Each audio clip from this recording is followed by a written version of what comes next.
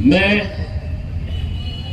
अल्लाह को हाजिर नाजिर जानकर ये आपके सामने ये ऐलान करता हूं कि अगर मुझसे ये कहा जाए कि तुझे औरंगाबाद चाहिए या खासदार की चाहिए तो इम्तियाज जलील औरंगाबाद लेगा, खासदार की। सरकार की आखिरी कैबिनेट किसकी सरकार? तो उद्धव ठाकरे की सरकार, शरद पवार की सरकार, कांग्रेस की सरकार। ये तीनों आखिरी कैबिनेट मीटिंग के अंदर कांग्रेस के एमएलए, मिनिस्टर्स, एनसीपी के मिनिस्टर्स और शिवसेना के मिनिस्टर्स आखिरी कैबिनेट मीटिंग के अंदर बैठते हैं और यह ठराव पास किया जाता है कि हम औरंगाबाद का नाम बदल रहे हैं। अचानक जाते जाते बड़ी मोहब्बत छूट पड़ी थी, बड़े याद आ गए थे। 5 साल हुकूमत थी तो भूल गए थे। जब खबर में पैर लटके हुए थे, अर्थी उठने वाली थी, तो कहा कि नहीं चाहिए, कोई और आ जाएगा, उससे पहले अपन ये कर लो और सटक लो।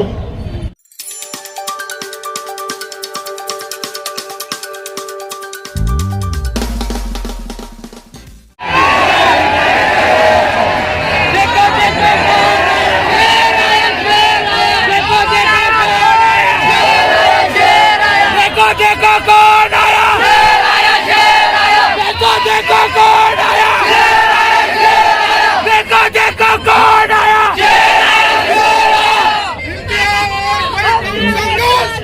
हम तुम्हारे साथ हैं, भाई तुम संघर्ष करो, हम तुम्हारे साथ हैं, भाई तुम संघर्ष करो, हम तुम्हारे साथ हैं। अस्सलाम वालेकुम रहमतुल्लाहि व बरकातुहू। मुखालिफत से संवरती है शख्सियत और भी मेरी, मुखालिफतों से संवरती है शख्सियत और भी मेरी। मैं अपने दुश्मनों का बड़ा एहतराम करता हूँ। सबसे पहले तो मैं औरंगाबाद की पुलिस का, खास तौर से सिटी चौक की पुलिस का तहे दिल से शुक्रिया अदा करता हूँ। नहीं, मैं सही मानों में कह रहा हूँ। देखिए, 14 दिन हम लोग पंडाल के अंदर बैठे रहे, मंडप के अंदर बैठे रहे, और पुलिस वाले बाहर इस बात का ख्याल रख रहे कि कोई गलत हरकत ना हो जाए। हम जो पुरामन तरीके से ये आंदोलन कर रहे हैं उसे कोई खराब करने की कोशिश ना करे। इसीलिए मैं तहे दिल से तमाम पुलिस डिपार्टमेंट का शुक्रिया अदा करता हूँ। उन लोगों का मैं तहे दिल से शुक्रिया अदा करता हूँ जिन लोगों ने इस शहर के लिए अपनी मोहब्बत दिखाई, अपनी पहचान को जिंदा रखने के लिए, अपने वजूद को जिंदा रखने के लिए 14 दिनों तक दिन और रात यहां पर आते रहे, हमें ताकत देते रहे। जो नहीं आ सके वो घरों में दुआएं करते रहे, और आज भी कितने सारे लोग इस बात के लिए दुआ कर रहे हैं कि हम सब मिलकर जो कोशिश कर रहे हैं, अल्लाह हमें उस कोशिश के अंदर कामयाब करे। इन 14 दिनों के अंदर मुझे एक बात समझ में आई कि मेरे शहर के लोग इस शहर के नाम से कितनी मोहब्बत करते हैं। मैं जितनी देर यहां पर बैठा हुआ था, मेरे सामने 82 साल के एक बुजुर्ग शख्स जब नारे लगाए जा रहे थे तो उनका जोश देखकर मैं ये सोच रहा था कि किस यकीन, किस उम्मीद के साथ वो यहां पर आकर बैठे हैं। एक ऐसी यकीन, एक ऐसा यकीन, एक ऐसी उम्मीद के साथ आकर बैठे हैं जिस जोश के साथ वो नारे लगा रहे थे। मैं उन्हें देखकर बस यही दुआ कर रहा था कि अल्लाह मुझे ताकत दे, कि मैं इन बुजुर्ग शख्स के चेहरों के ऊपर खुशी लेकर आ सकूं। 82 साल की उम्र में अगर उनसे ये कहा जाएगा कि अब तुम्हें ये नाम नहीं दूसरे नाम से 82 साल इंसान एक नाम के साथ जिंदा रहा है, जिया है, और अचानक तुम कहेंगे कि वो नाम अब नहीं रहेगा, तुम बोल नहीं सकते हैं।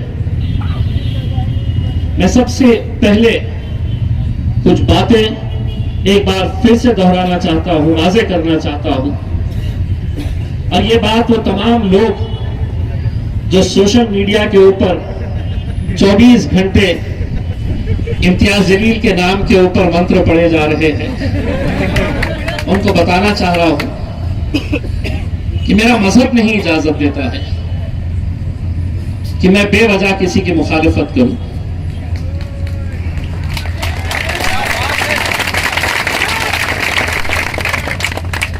मैं कितनी बार यह कह चुका हूं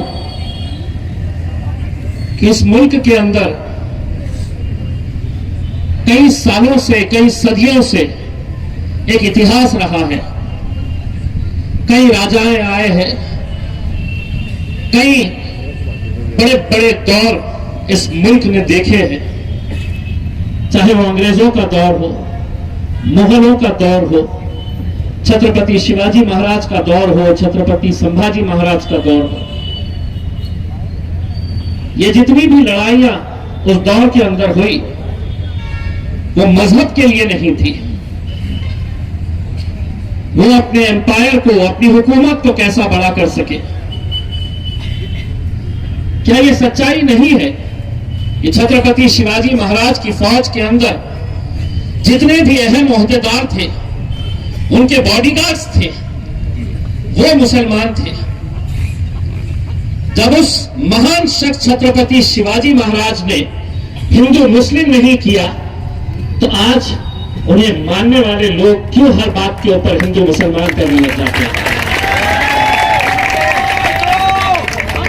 हमने अगर नाइंसाफी के खिलाफ लड़ना अगर सीखा है तो ऐसे ही लोगों से सीखा है कि खड़े रहो, तुम्हारी मुखालिफत होगी, तुम्हारा विरोध किया जाएगा, तुम्हें दबाने की कोशिश की जाएगी।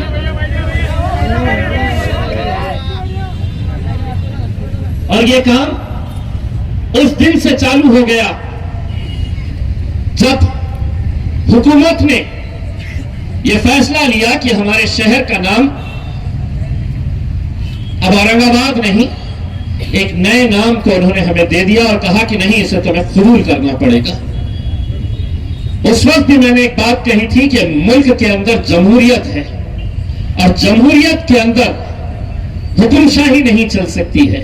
जमहूरियत के अंदर अगर किसी की आवाज सुनी जाती है तो इन लोगों की आवाज सुनी जाती है, लोगों की आवाज सुनी जाती है।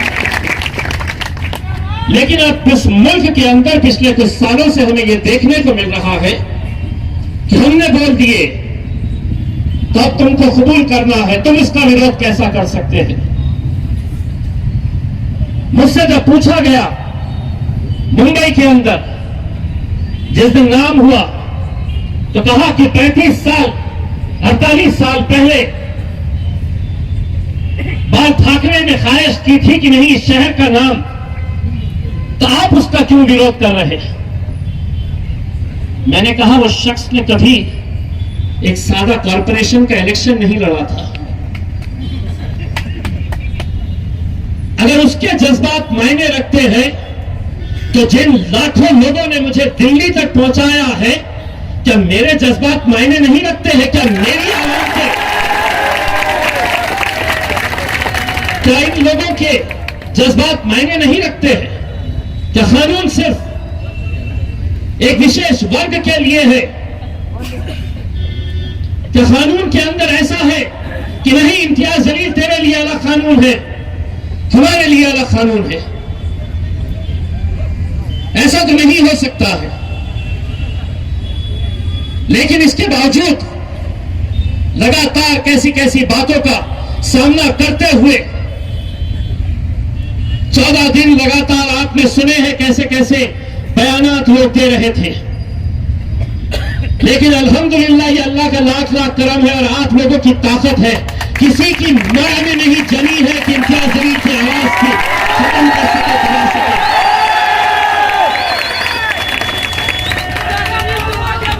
हम तुम्हारे साथ हैं, हम तुम्हारे साथ हैं, किसी हम तुम्हारे साथ हैं।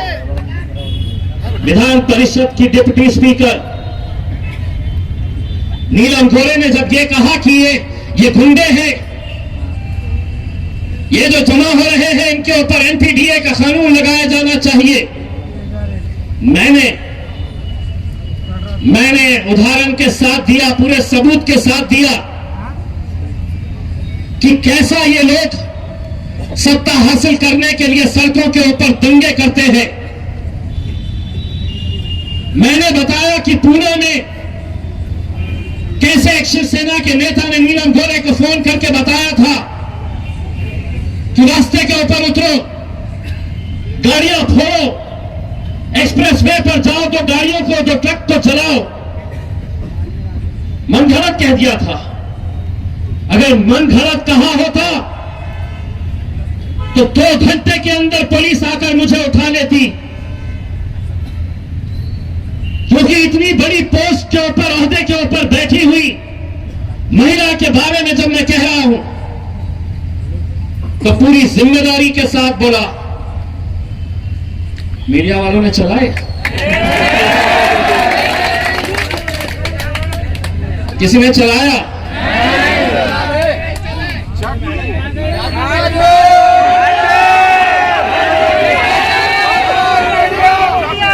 क्यों नहीं? क्यों नहीं? क्योंकि आज हक के साथ, सच्चाई के साथ कोई नहीं है, हुकूमत उनके साथ, पुलिस उनकी, प्रशासन उनका,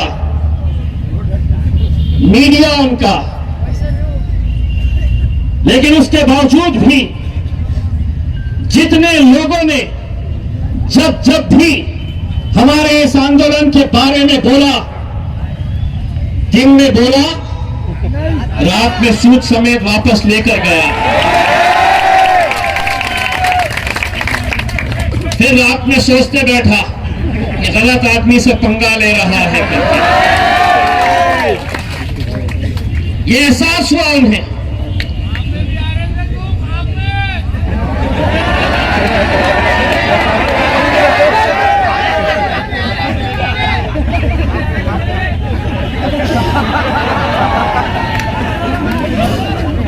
जो टीवी सेंटर के ऊपर मेरा पोस्टर जलाया जा रहा था, कहीं कोल्हापुर में, कहीं सांगली के अंदर, कहीं अहमदनगर में पुतले बनाए,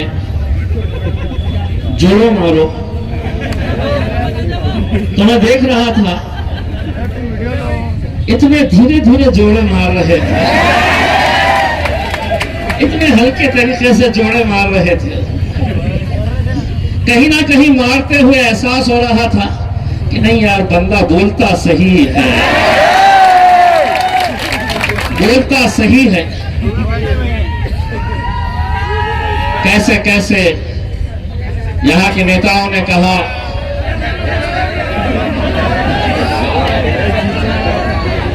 यहाँ के नेताओं ने कहा कि हम लोग जातिवाद कर रहे हैं, हम लोग सियासत कर रहे हैं। कोई गैरों ने नहीं, अपनों ने भी मुझ पर यह इल्जाम लगाया कि मैं सियासत कर रहा हूं, इलेक्शन आ रहे तो मैं ये सियासत कर रहा हूं। इस पंडाल के अंदर अगर इम्तियाज जलील अगर चाहता कि मेरा नाम होना यहां पर, मेरी तस्वीर होना यहां पर, मेरे पार्टी के बैनर के अंदर में यह आंदोलन चलाना है, तो कौन रोक सकता था? तब भी आप अपने शहर से मोहब्बत के लिए उतनी ही तादाद के अंदर आते हैं, लेकिन कहीं पर न नाम, न तस्वीर, न पार्टी का इस्तेमाल किया। मैं चाहता तो कर सकता था। बार बार मैंने लोगों से हाथ जोड़कर गुजारिश की, हाथ जोड़कर उनसे यह कहा कि हमारे इख्तिलाफ होंगे, हमारे सियासी मतभेद होंगे, लेकिन तुम आओ, इम्तियाज जलील तुम्हारे पीछे खड़े रहने के लिए तैयार है, लेकिन इस मुद्दे के ऊपर हम एक हो जाए। और आज भी मैं अल्लाह को हाजिर नाजिर जानकर ये आपके सामने ये ऐलान करता हूं कि अगर मुझसे ये कहा जाए कि तुझे औरंगाबाद चाहिए या खासदार की चाहिए, तो इम्तियाज जलील औरंगाबाद लेगा, खासदार की।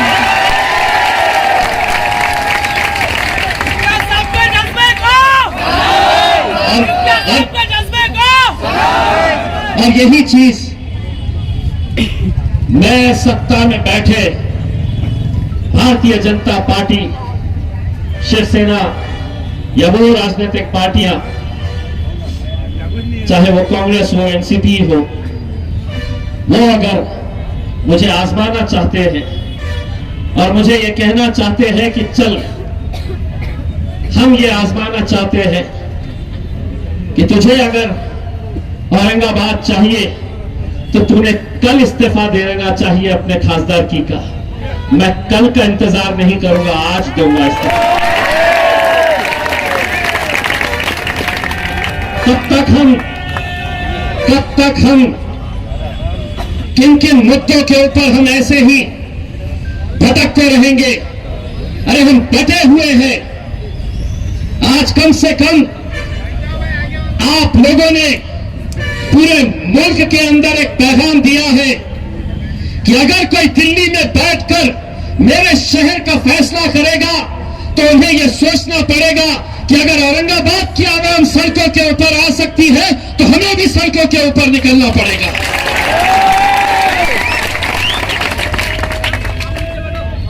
सिटी चौक के पीआई साहब,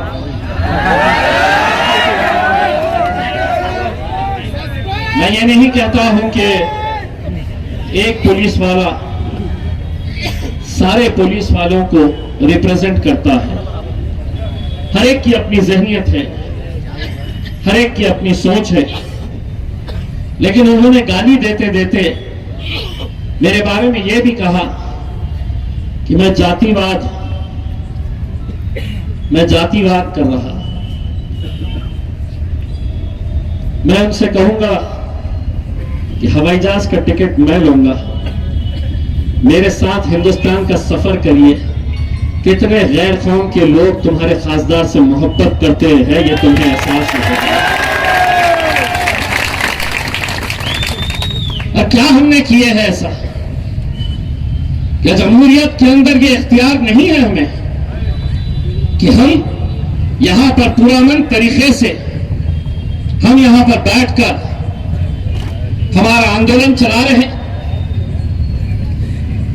इतने सारे लोग आ रहे, कहीं ना कहीं ये जताने के लिए आ रहे कि हम तुम्हारे साथ हैं, तुम लड़ो। लेकिन मुझे भी मालूम है कुछ दिनों के बाद रमजान का मुबारक महीना शुरू होने जा रहा है। परसों के दिन कुछ हिंदुत्ववादी संगठनों ने यहां पर एक मोर्चा या धरना आंदोलन रखा है। मैं अभी कुछ देर पहले पुलिस कमिश्नर साहब के पास गया और उनको यह बताया कि मेरी जो लड़ाई है मेरे अपने शहर की है, मेरे अपने भाइयों से है। कोई मेरे साथ है, कोई मेरे मुखालिफ है, लेकिन इसका मतलब यह नहीं है कि हमारे शहर की फिजा खराब करने के लिए कोई बाहर से नेताओं को बुलाया जाए जिनके ऊपर 100 से ज्यादा केसेस भड़काऊ भाषण के पूरे हिंदुस्तान के अंदर है। यानी कि मतलब साफ है कि वो आएंगे, हर तरह की घटिया जुबान का इस्तेमाल करेंगे, गाली गलौज करेंगे, 3 घंटे 4 घंटे वो यहां पर रुककर अपना काम करेंगे और अपने घर चले जाएंगे। लेकिन इसका खामियाजा किसे भुगतना पड़ेगा? इसका खामियाजा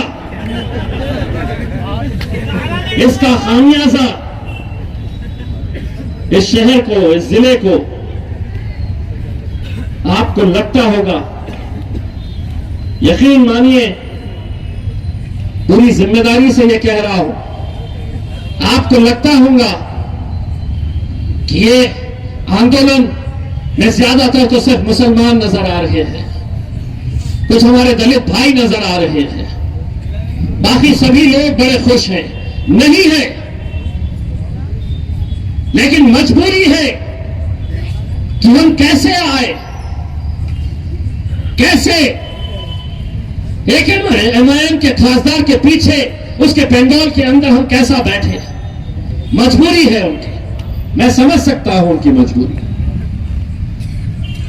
वो लोग भी नहीं चाहते हैं, इसीलिए मैंने सरकार से कहा, अगर तुम्हें नाम बदलना है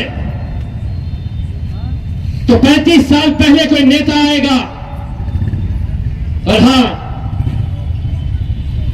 आपको लगता है कि ये लोग बड़ा इज्जत करते हैं, मोहब्बत करते हैं, इनकी बड़ी आस्था है छत्रपति संभाजी महाराज के लिए।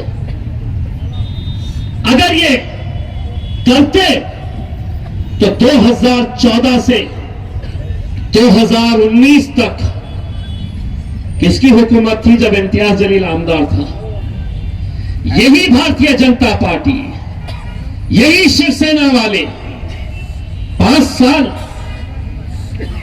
पहले ही कैबिनेट मीटिंग के अंदर यह फैसला लेना था कि हमारे बाप ने यह ख्वाहिश जाहिर की थी, इसीलिए हम इस शहर का नाम अपने पहले कैबिनेट के अंदर ले रहे हैं। 5 साल चले गए, कोई जिक्र नहीं, किसी ने कोई नहीं कहा, कोई डिसीजन नहीं लिया गया। लेकिन जब सरकार गिरने वाली है, आखिरी कैबिनेट, सरकार की आखिरी कैबिनेट, किसकी सरकार? तो उद्धव ठाकरे की सरकार, शरद पवार की सरकार, कांग्रेस की सरकार, ये तीनों आखिरी कैबिनेट मीटिंग के अंदर कांग्रेस के एमएलए, मिनिस्टर्स, एनसीपी के मिनिस्टर्स और शिवसेना के मिनिस्टर्स आखिरी कैबिनेट मीटिंग के अंदर बैठते हैं और यह ठराव पास किया जाता है कि हम औरंगाबाद का नाम बदल रहे हैं। अचानक जाते जाते बड़ी मोहब्बत छूट पड़ी थी, बड़े याद आ गए थे। 5 साल हुकूमत थी तो भूल गए थे। जब खबर में पैर लटके हुए थे, अर्थी उठने वाली थी, तो कहा कि नहीं चाहिए, कोई और आ जाएगा, उससे पहले अपन ये कर लो और सटक लो। उन्होंने एक नाम लिया, फिर नई हुकूमत आई, देवेंद्र फडणवीस साहब की, बीजेपी की, एकनाथ शिंदे साहब की। उन्होंने कहा कि अगर मैंने सिर्फ संभाजीनगर रखा तो इसका क्रेडिट उद्धव को जाएगा, तो मैं इसके अंदर कुछ तो भी उंगली करता हूं, मैं इसमें कुछ तो भी कम ज्यादा करता हूं। तो उन्होंने कहा कि नहीं, सिर्फ संभाजीनगर नहीं, छत्रपति संभाजीनगर। उन्होंने अपना राजनीति जो करनी थी उन्होंने कर दी है।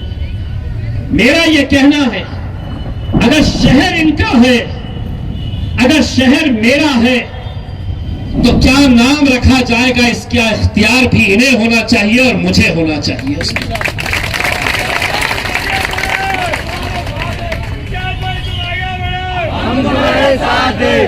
मेरे भाइयों, लोकसभा का अधिवेशन शुरू हो चुका है। पूरा एक हफ्ता पार्लियामेंट को उन्होंने चलने नहीं दिए कि राहुल गांधी ने कुछ बोल दिया है, राहुल गांधी ने माफी मांगना तो ही सदन चलने देंगे। तो एक हफ्ता हम इंतजार में रहे कि कब हमें मौका मिलता है और कब हम ये मुद्दा वहां पर उठाए, लेकिन एक हफ्ता चलने नहीं दिया गया है। अब मंडे से उम्मीद की जा रही है कि पार्लियामेंट का सेशन दोबारा शुरू होगा। आप लोगों से ये इल्तिजा है कि दुआ करिएगा कि अल्लाह मेरी जबान में इतनी ताकत दे कि मैं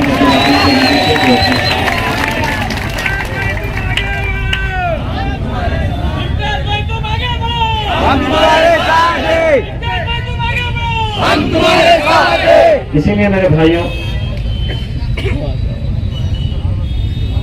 अब जो शहर का जो माहौल है उसे देखते हुए हम दिल्ली में जब थे तो यहाँ के जो पेटिशनर्स हैं, जनाब मुश्ताक साहब, मैं मुश्ताक साहब, हम दिल्ली के अंदर बड़े बड़े वकीलों के साथ चर्चा किए। कपिल सिब्बल जो बहुत मशहूर वकील हैं, बहुत बड़ा वकील है, उनके साथ हम बैठे, उनके साथ चर्चा किए कि हम इस मुद्दे के ऊपर इस केस को कैसे आगे ले जा सकते हैं। और मैंने ये बताया उन्हें कि इस नाम के खिलाफ औरंगाबाद में एक बड़ा आंदोलन चल रहा है। लगातार इतने दिन हो चुके हैं और दिन और रात वहां पर लोग आ रहे हैं, बैठ रहे हैं और अपना समर्थन दिखा रहे हैं। अब ये लड़ाई जो है, ये हमारी एक कानूनी लड़ाई अदालत के अंदर लड़नी है। दूसरा ये है कि कहीं ना कहीं हमें ये लग रहा है कि इसको जो हिंदू मुसलमान का एक मुद्दा जो बनाया जा रहा है, कल आपने देखे हैं कि एक पार्टी का आंदोलन हुआ क्रांति चौक के ऊपर, सागंज में।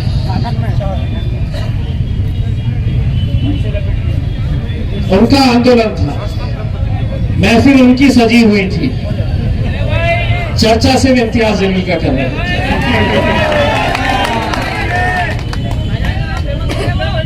हमने कितनों के दूल्हे भाई बनूंगा।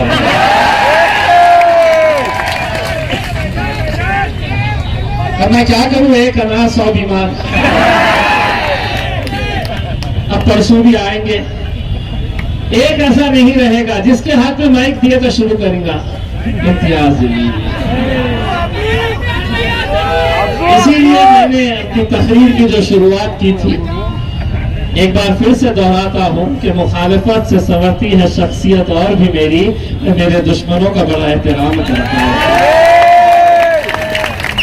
मेरे भाइयों, 14 दिन तक हम लोगों ने जो आंदोलन किया है, कहीं ना कहीं हम इसे आज स्थगित कर रहे हैं। हम इसे ये बोलकर खत्म कर रहे हैं कि हम जमहूरी तर्ज के ऊपर हमारी जो कानूनी लड़ाई है, वो कानूनी लड़ाई इंशाअल्लाह हम जारी रखेंगे। बस जाते जाते आप लोगों का तहे दिल से शुक्रिया अदा करना चाहता हूं कि मेरी हिम्मत अगर कहीं से है तो मेरी हिम्मत यहां से है मेरे भाई। और मुझे पूरा यकीन है कि आप लोग अपनी दुआओं से, अपनी ताकत के साथ हमें ये ताकत देते रहेंगे और इस मिशन को इंशाअल्लाह हम कामयाबी की तरफ लेकर जाएंगे। बहुत बहुत शुक्रिया।